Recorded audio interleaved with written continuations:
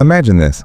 You're standing in the middle of a crowded street, noise blasting from every corner, a million faces rushing past, and inside, it's utter chaos. Your thoughts are racing, a whirlwind of anxieties and frustrations, each one screaming louder than the last. You feel like a puppet, jerked around by every external force, every passing comment, every fleeting emotion. Ever felt like that? Like you're just a leaf tossed about in a storm? That feeling, that constant internal turbulence, is something most of us know intimately. We're told to chase external validation, to achieve, to acquire, to control. But what if all that striving, all that chasing, is just a distraction from the real work? What if the true battleground isn't out there, but right here, within the confines of our own minds? Carl Jung, that brilliant explorer of the psyche, once said, "Until you make the unconscious conscious, it will direct your life and you will call it fate." Think about that. How much of your life is running on autopilot? How many of your reactions, your fears, your desires are simply echoes of past traumas, societal conditioning, or the wounded child within? You're not just you. You're a collection of inherited beliefs and emotional baggage, and until you start unpacking that, you're just reacting, not living. You see, we've been sold a lie. We're told that peace is something you find out there, and a perfect relationship, a dream job, or a fat bank account. But those things are fleeting, and they can be taken away. True peace, the kind that anchors you, the kind that makes you unshakable, comes from within. It's about mastering your inner world, not controlling the external one. Let's break it down. Your mind is a filter, shaped by years of experiences, biases, and unresolved conflicts. Every event, every interaction is filtered through this lens. Two people can experience the exact same thing, and one will be devastated, while the other remains calm. Why? Because it's not the event itself, but how they interpret it. So how do we shift that? How do we stop being a puppet and become the master of our own minds? It starts with awareness.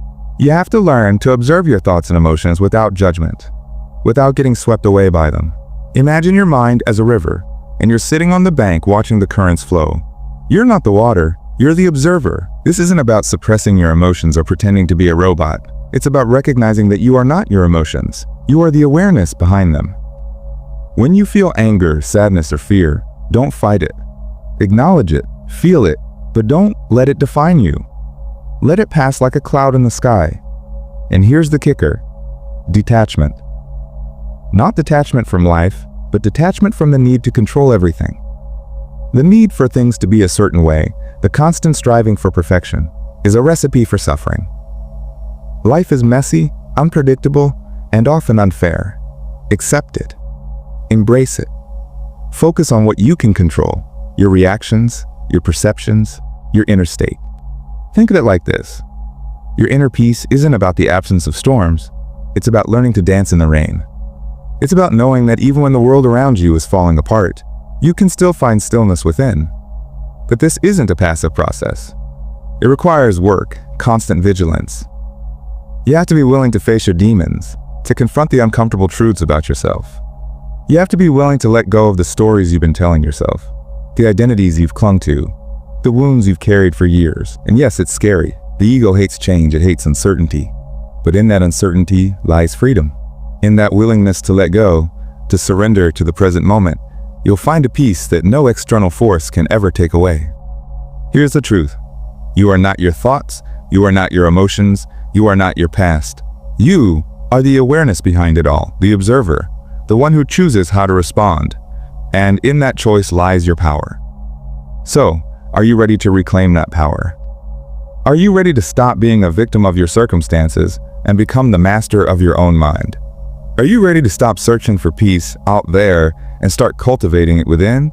Because the truth is, no one and nothing can affect you again, unless you allow them to. The choice is yours. Will you choose chaos, or will you choose peace?